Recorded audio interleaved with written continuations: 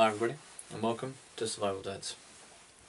So what I want to talk about today is something which has been on the news quite a bit recently. So that is various governments around Europe are advising their citizens to stockpile food and water for up to 10 days for everyone in their family. Now this is a pretty unheard of thing, at least since the Cold War ended and people being told to dig bunkers. So yeah, is this advice crazy or out there, or is it a good idea? So stick around and we're going to go through why we think it's a good idea to stockpile at least 10 days of food and water in your home. So it doesn't take a zombie apocalypse or a nuclear holocaust to interrupt your food and water supply. It can be something as simple and mundane as flooding. Where I am in the UK, it floods quite a lot, it rains a lot, and for some reason our infrastructure isn't built to cope with said rain. So flooding can take out roads, it can interrupt supply chains to get food into shops, so you could be caught short. Another one is snow. It doesn't snow a lot here, but when it does, again, we can't cope with it because we're British. So yeah, having food to deal with that can be really helpful. Another one is banking system collapses. It's happened in Greece and Cyprus in the last few years.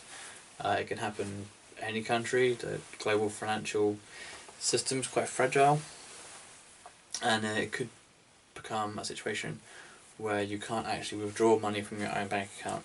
So that means you can't get any food from the shop. So it's good to have a few days supply of food for letting the system settle out so you can get your money back out.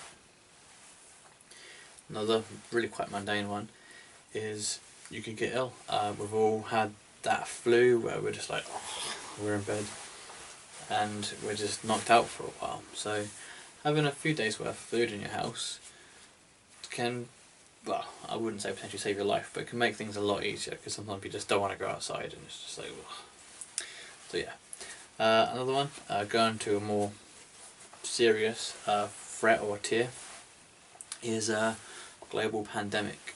If everyone's dropping like flies, there's been a mutation of bird flu or something, and you really don't want to go outside, you don't want to get ill, having enough food in your house can potentially save you and your family's life. So it's a bit of an extreme example, but it could happen.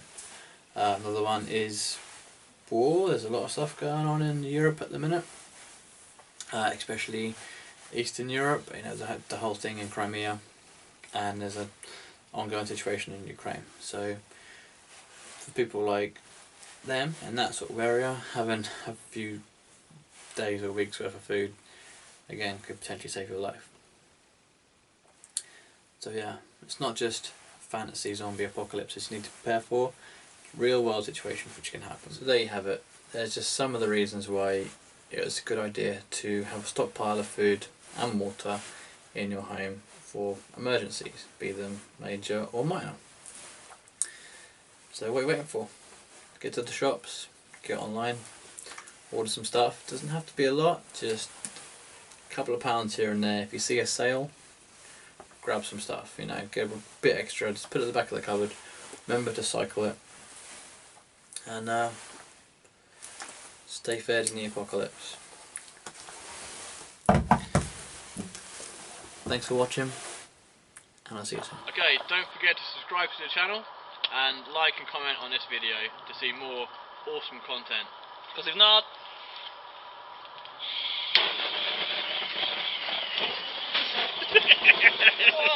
oh god, did I burn it? I don't think so.